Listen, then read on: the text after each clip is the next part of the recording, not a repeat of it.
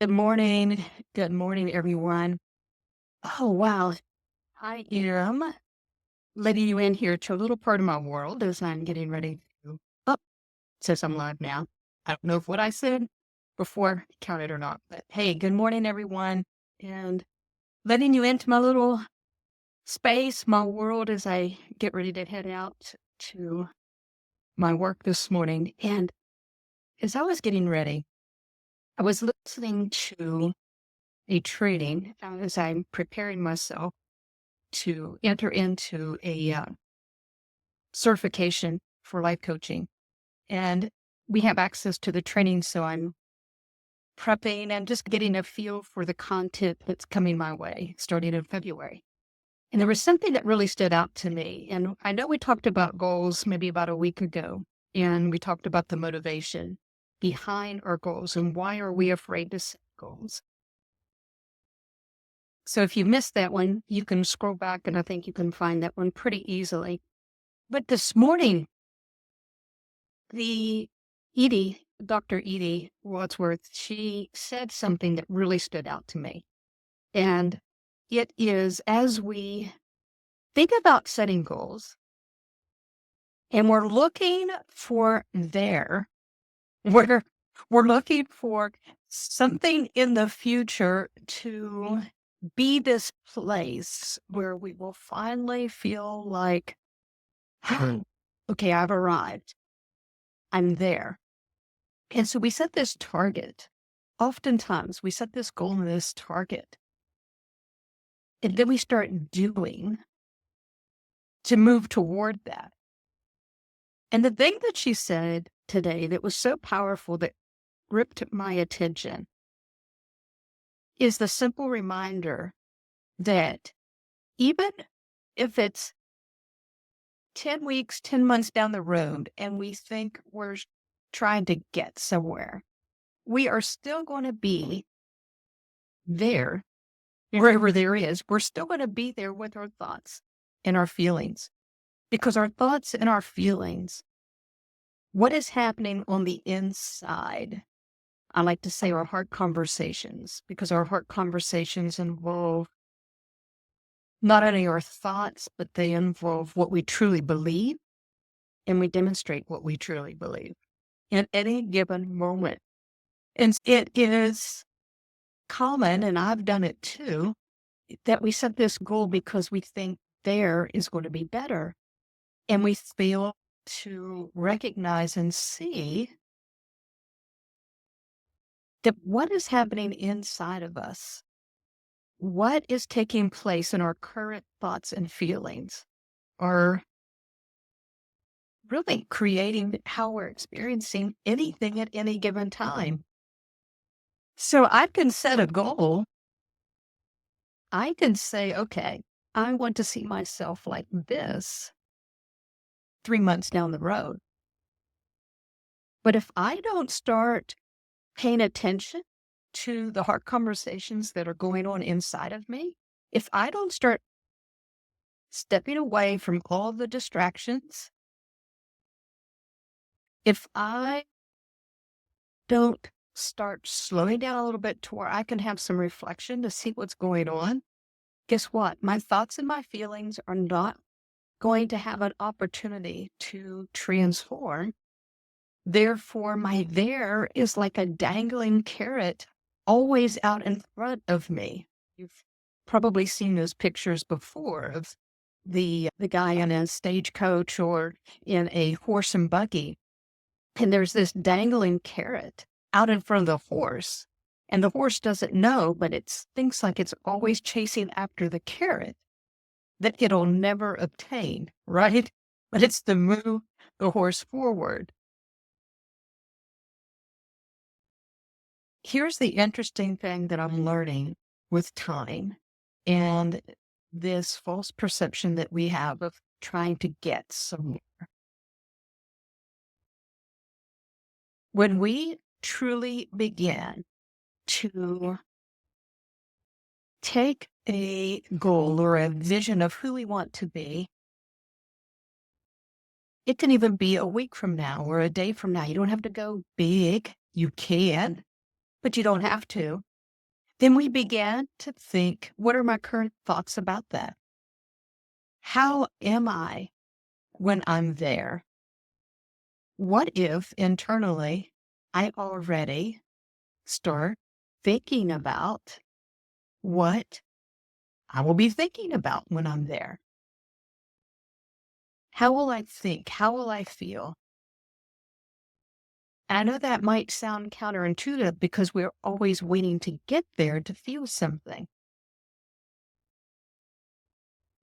But what if it's true? What if it's really true that how you think and how you feel allows you to experience wherever there is? I didn't know we were going to get deep and philosophical this morning. Yes, we are. This is why some men and women who create wealth, depending on their motivation, can do so from a place of life and feel alive when they're doing it. Feel alive as they're allowing a true flow of giving and receiving to take place in the commerce or in the market.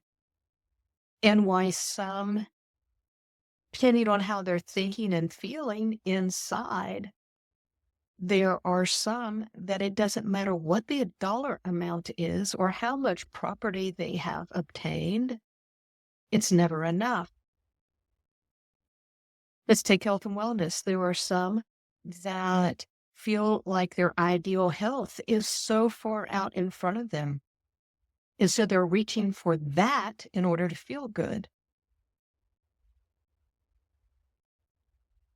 What if we began to, yes, have a goal that will enhance our health, that will demonstrate, not but will demonstrate a healthier version of ourselves, and begin to adopt the thinking and feeling of what he or she is like now. We get so caught up and our minds get so caught up on this linear time. Can we look this way to say this? Because this is so powerful when we get this. We think a lot in our limited thinking. We think a lot past, present, future as a timeline, as if I was drawing a straight line. But you may have heard, or maybe you're hearing for the first time, what we have is the present moment. So how we perceive our past and how we perceive our future is always influencing our present moment. What if that place that we think is there is really here, right now? If we did, how could we begin to change the way that we think about it and feel about it?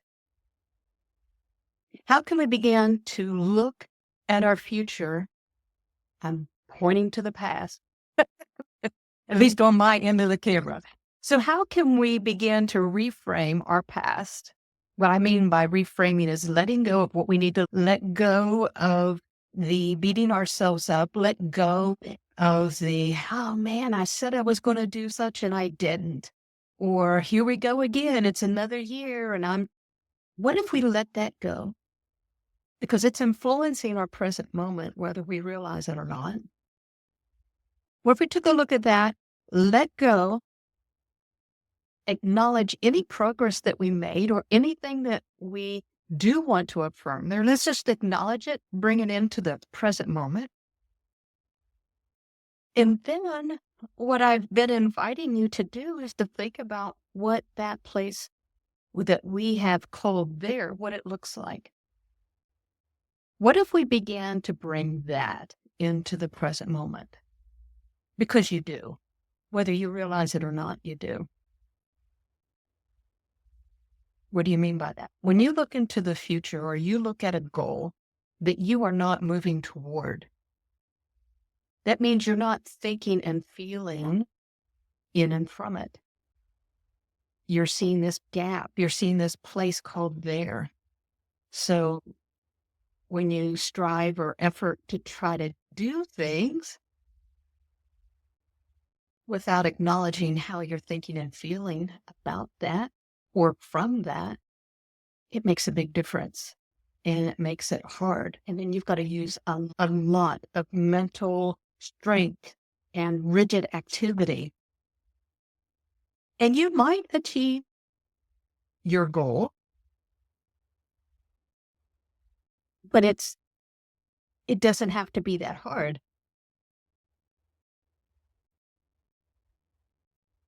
It doesn't have to always feel like you're working against and resistance. And my friend Anthony, hey, it's great to see you. You said the grass is definitely greener right where I'm at. Yes, this is where the grass is green, and you can make it greener. You can water it. You can nourish it right here with how you think and how you feel. So this is my invitation to you as we ponder on this concept. I just wanted to bring you into this. This is what we talk about in the Power of Heart Conversations. And what is that? That is a book I'm currently working on. And the subtitle that I have for this book is You Create How You Experience Your World. Again, it's the Power of Heart Conversations. You create how you experience your world. It's an inside out. What grows from the outside in? Think about that. What grows from the outside in? Nothing that I am aware of that is alive grows from the outside in. And then why do we, especially Christians, are notorious for this, unless we have a revelation that the life of God is desiring to be expressed through us. We try to live this life from the outside in. And I really want to help you end the frustration of that. I want to be able to give you tools and resources, and I have that for you. I have a free training for you on the Power of Heart Conversations as I'm writing the book, because I really, it's helpful to have your feedback to see how this content is either resonating with you or not. As you desire to grow and break free of those limited beliefs, of those heart conversations that you know that you entertain day after day and night after night when you turn off the TV, when you're not scrolling social media, and when you are not distracting yourself with food or work or busyness. You know what your heart conversations are. Are they life-giving? Are they giving life to you? Is the life of God flowing through you to others? Or are you all knotted up and bound by them?